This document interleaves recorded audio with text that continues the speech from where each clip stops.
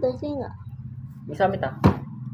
Dasinga sang nila utuma an imaginative, adventurous king was restless by nature and wanted to travel to far away, a place he loved hunting wild animals. So when he heard that there were stags in the jungles of Tanjung Batam, which were not easy to hunt, he was excited and took with him a great fleet of ships to Tanjung Batam. When the king arrived upon the land, he and his subjects had a hunting expedition that lasted several hours, slaying many wild and savage beasts, but no stags. This disappointed the king, for he had a sense of unfulfillment in his heart. Suddenly, a large stag darted out of the bush in front of Sang Nila Utama, giving the king a shock. But the king drew his silver daggers and hurled it at the stag, only grazing the animal. The stag began to run, and the king purposed in those days it was either your feet or nothing. The stag ran to the jungle and darted up a knoll. The king looked the stag up the hill, but upon reaching the summit, the stag was nowhere. Next.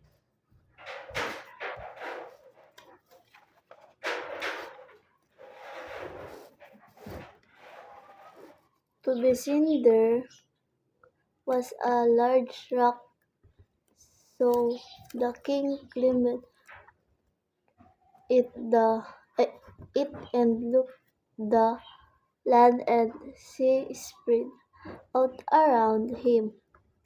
In the distance, he saw a stretch of white sand and land.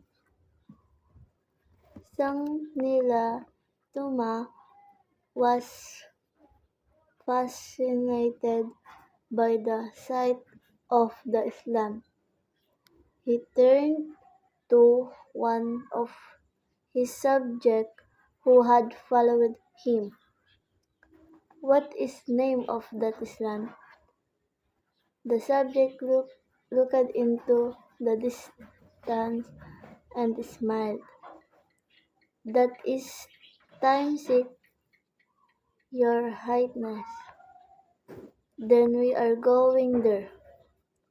The king ordered his fleet to set sail, and they began off their journey toward the island. Suddenly, the once clear blue skies were covered with black clouds. Heavy rain poured from them, and strong bursts of wind threatened to tear the ship apart. The ship, crying Sang Nila Ituma, was in the very eye of the storm. The crew lowered the sails, started to bail the water from the ship, and get most of the cargo of jettisoning. However, an idea came to the king's head. He remembered a story his grandfather told him of how one of his ancestors became the sea king, and that his crown was the only thing which belonged to this ancestor. He removed his crown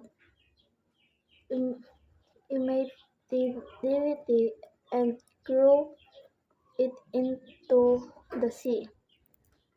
All at once the storm broke as suddenly as it started.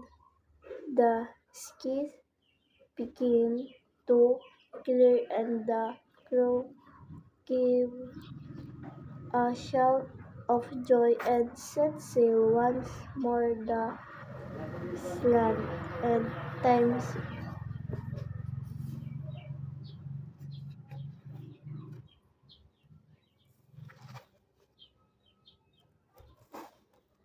When the king stood upon the land, a creature stepped out of nowhere, and the king and his men were struck by the magnificent creature. It was large and moved with grace, had bow and arrow. The beast stared back at him with golden eyes and let out a deafening roar before leaping into the jungle. What sort of animal was that? The king asked. A wise old man stepped forth. I have seen animal portals from the far west. Perhaps this is a singer, but I wonder how it got all the way here. This must the great place if it breeds such a beautiful animal. Let us live here on the island of Singapore. The test complete.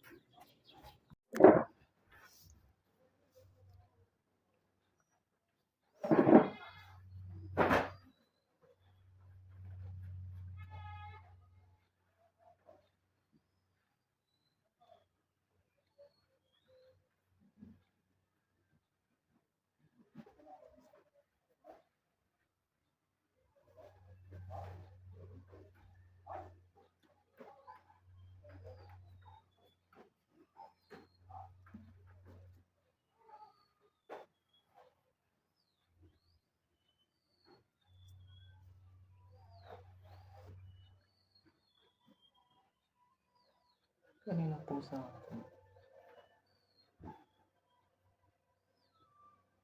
Zap, zap,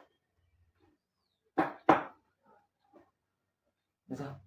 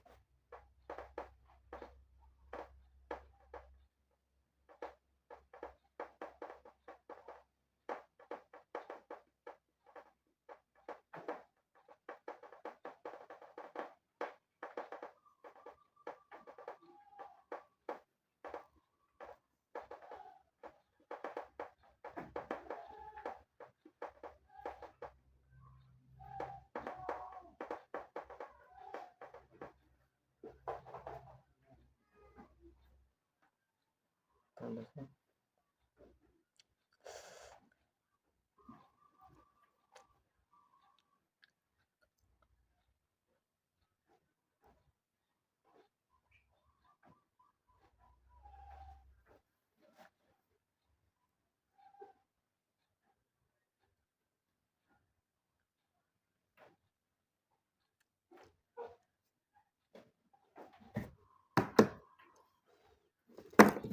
Thank you, Helen, for that wonderful nice